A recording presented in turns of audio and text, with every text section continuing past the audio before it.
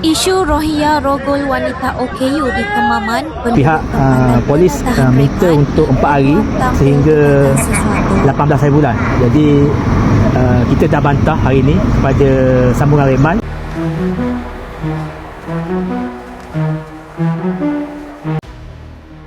Pergerakan Pemuda UMNO bahagian Kemaman hadir ke Mahkamah Kemaman bersama barisan peguam bagi memberikan sokongan serta perkhidmatan kepada beberapa orang anak tempatan Kemaman yang telah direman berhubung dakwaan insiden jenayah Rohingya yang berlaku baru-baru ini. Kehadiran mereka adalah sebagai tanda solidariti dan komitmen Pemuda UMNO Kemaman untuk memastikan hak serta kepentingan warga tempatan terus diberikan perhatian dan tidak diketepikan.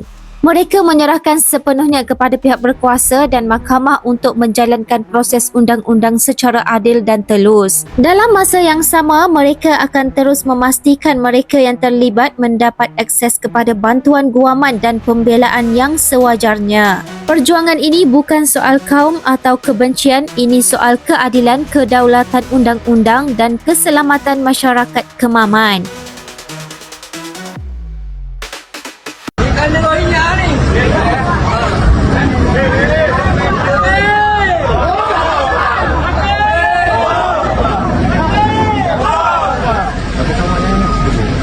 Okay, Assalamualaikum. Hari ini ditetapkan bagi sambung remang lah bagi Muhammad Farid Syaifuddin dan Muhammad Afiq. Jadi hari ini hari yang keempat untuk tahanan remang pertama. Jadi pihak IO Pegawai Penyiasat pohon untuk lanjutan reman. Pihak polis minta untuk 4 hari sehingga 18 hari bulan. Jadi kita dah bantah hari ini kepada sambungan reman. Jadi pihak polis hanya dapat 2 hari saja, iaitu untuk esok 15 hari bulan dan hari Ahad 16 hari bulan.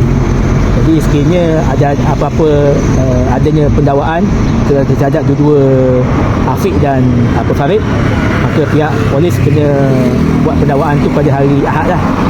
Jadi saya percaya makluman yang diberikan pada pihak polis sepanjang 4 hari sedatang ini sudah mencukupi, dan saya pohonlah untuk tidak adanya pendakwaan lah kepada kedua-dua ni, sebab mereka tidak terlibat dengan apa yang didakwa oleh pihak berkuasa lah. Jadi saya pohon semua pihak bertenang, tidak membuat apa spekulasi. Jadi kita tunggulah sehingga habis reman yang kedua ini yang akan tamat pada hari Ahad 16 hari bulan 8. Jadi diminta 4, dapat 2 hari je. So alhamdulillah lah kita berjaya untuk mengurangkan tempoh reman kepada dua-dua ni lah, OYDS Afiq dan Farid ni lah. Itu je daripada saya.